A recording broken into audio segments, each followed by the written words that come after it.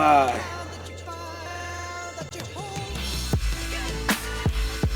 Some things we want to discuss and talk about. I wanted what they had because I thought that would be fulfilling. I'm taking a stand. The message is not edifying, it's just slowly killing your soul. What you're dealing with is poisonous chemicals. Man, it just led me down a path of destruction, and in the process almost lost my soul. Now I gotta come out, I gotta stand up for the truth, and it's time to just turn it off. That's what it's all about, man.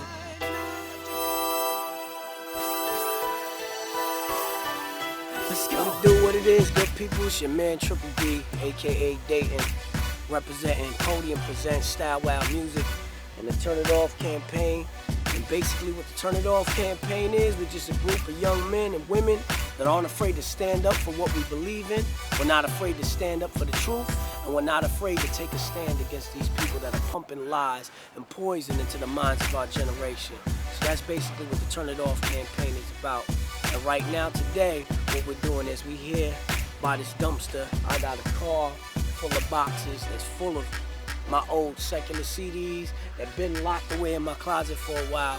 And I just felt like I've just been holding them, waiting for the perfect time for me to throw them out and document it. So what better time to do this than right now? Got a whole bunch of stuff we want to get rid of and some things we want to discuss and talk about. So I'll see y'all at the dumpster. Keep it on replay. Yeah. So welcome to the world of hip-hop, where the artists that are spitting the truth just flop. And all the kids are so lost cause they bumping this trash and we don't tell them turn that radios off. Some of them getting tired of all that come that rap I feel so uninspired. People play that garbage and turn it up high, but I'ma turn it off, and homie this is why. We don't wanna hear that, I'ma turn it off. We don't wanna hear that, I'ma turn it off. We don't wanna hear that, I'ma turn it off. We don't wanna hear that, homie, I'ma turn it off. Hold up, I'm like, man, am I the only person here that has? Alright man, so you here, you got your CDs? Got my CDs, got the last of what's left. Got rid of most of them. I have a very extensive collection. I had an enormous collection of secular CDs. That was my thing back in the day. I would just buy things to hear them one time and put them to the side, never hear them again. So yeah, I have this last little bit left. And before I was getting ready to trash it, a while back, actually somebody suggested, hey man, before you throw them out, why don't you document it? And I was like, man, that's a great idea. So, you know, been recording, working on that. And I left these in the closet for a long time, really forgot about them. You see this mad dust on the boxes and on the CDs, and tape. But yeah, we just here, man, getting ready to get rid of them, bruh. Now, what, you know, why don't you hold on to them, man? Why do you feel the need to throw them away? Oh man, because they had such a negative impact on me, man, and I don't agree with the messages. I don't agree with what's being pushed and what's being said on all of these tapes and CDs. So it's like, you know, it's nothing. This is not a shot at the artist, and I'm not trying to distastefully disrespect or call any of them out. I'm not gonna be stepping on the CDs and smashing them, but what the Turn It Off campaign is, man, we're definitely taking a stand against what we don't agree on. And man, I don't agree on 99.9% of what's being said on these CDs, man.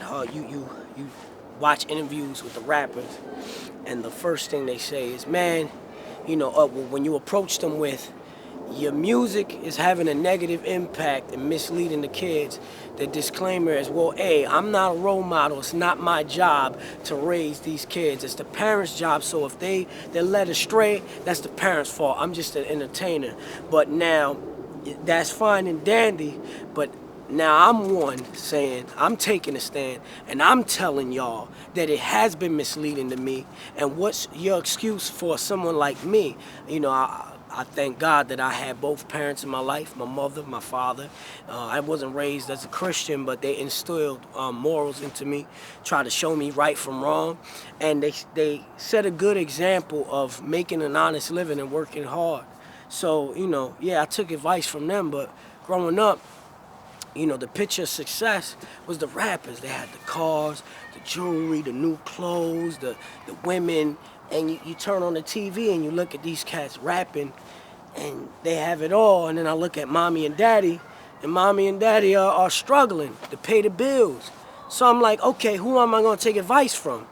I could continue to take advice from my parents and end up like this, or take advice from the rappers and end up like them. And in my immature cardinal mind, it's like you think that life consists of the abundance of things, but it doesn't.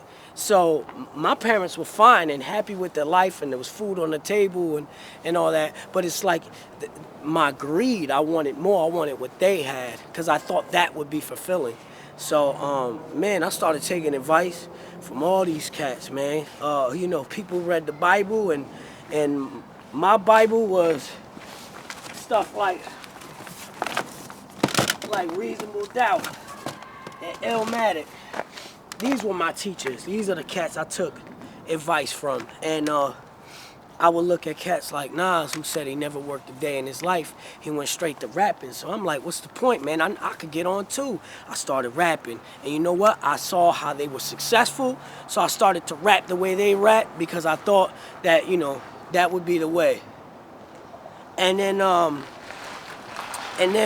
in the meantime, I'm like, okay, it's going to take money to fund a rap career. What did Nas say he did? He said he hustled. So that's what I felt like I had to do. What did Jay said he did? Jay said that he took and bought a brown paper bag full of money, full of cash that he got from hustling, and he bought it to Def Jam and basically, I don't know, paid for his deal or whatever. But so I'm like, yo, let me follow their lead. Let me do what they do. And then as I'm spewing this stuff out, rapping the rap like them to be successful, I started to become what I was rapping about. And man, it just led me down a path of destruction. And life turned into one big mess. And man, these were my influencers. These were my teachers. These were my professors. They were who I took notes from. And I stopped taking advice from my parents, and I started taking advice from them. And in the process, almost lost my soul. So this is why I take a stand. And then on top of that, I wouldn't call it a privilege, but me being in secular music, I made it pretty far. I'm not a platinum superstar, but I've made it pretty close to achieving my dream, my former dream. And man, I got to rub shoulders with a lot of these cats. Some of these cats are my friends. And I saw that the game was just smoke and mirrors. It was all false. It was all facade. It was all fake. So everything that they're rapping about, 99.9 of these cats ain't really doing. It is just entertainment to them. But then when you go back to the hood, like I would go back to the hood, and I would talk to my mans, and they're there on the corner on their milk crates hustling, having arguments about who's realer. When in reality, man, it's just all an act. And I see the negative impact and the brainwashing effect that hip-hop can have on people. I mean, yo, I love hip-hop culture. A lot of these artists inspired me musically, and I admire their gifts, and there's some talented cats out there, but it's just what we're doing with this talent, man. Daddy gives you a bat to play baseball, but you take that bat and you start beating people down instead of playing baseball. So, man, it's just time to dump this. Want to document it, want y'all to see. Want to open it up, y'all see, man. I got the CDs all up in there. I mean, this a box right here full of classics. Blueprint. I got all the J's in here, all the Nas's, all the Eminems, the Kanye's. Yeah, I had a sick collection, man. There was a lot more than this. Joe Budden, man. And once again, man, there's no disrespect to these cats, man, but I hope and pray that when they see this, man, that they would realize, man, yo, you can't, that cop-out isn't gonna work anymore. Here you're looking at the face of someone that has been terribly misled by your message. I followed you. I followed what you said. I did what you said to do, and man, and in reality, you weren't telling me what you really did. You might have did it for a second. You started rapping. You reached success that way. It wasn't the way you said, man. And I suffered for it. So I'm sorry, man. I gotta come out. I gotta stand up for the truth. And it's time to just turn it off. That's what it's all about, man. So let's start dumping these joints, man. Let's stop playing games. Oh, man. Got the Bone Thugs joint. I was raised off this joint, man. And the Nas. Let's get rid of all this, man. Little brother. Goodbye. Fugees. That was a classic. Stillmatic was one of my favorite albums. So was the Eminem Show. Goodbye.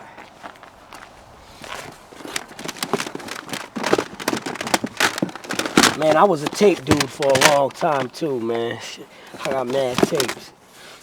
Eric B, Rakim, got all the Move music from Joe. Let's get rid of them, man. Matter of fact, man. Process up, man.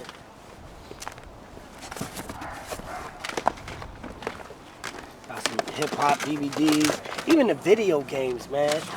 Crazy stuff like Grand Theft Auto San Andreas, man. Kids playing this joint, bodying each other and all that. That's bonkers, man. The bigs, DVDs, yeah. Oh, man.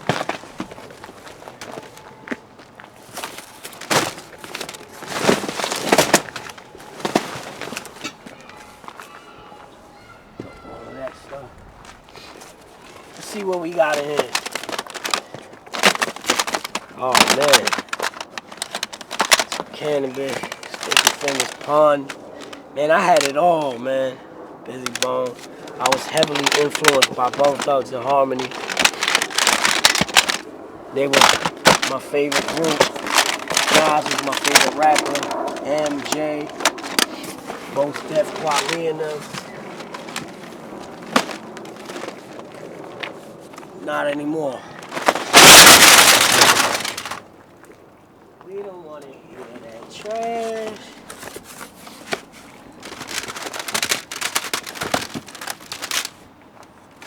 Oh man, I even got some of my stuff, some of my old secular stuff. Wow. Stuff I ain't hearing in years. Oh, let's get rid of this joint too.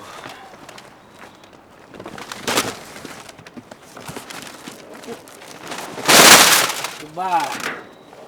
Goodbye to it all. Let's cover up because I don't want nobody to grab this stuff. Start listening to themselves. I don't want to. That's like leaving the gun, dumping the gun in the playground and letting the kids run up and grab it. Garbage picker too. Don't want nobody to grab this stuff, like I said.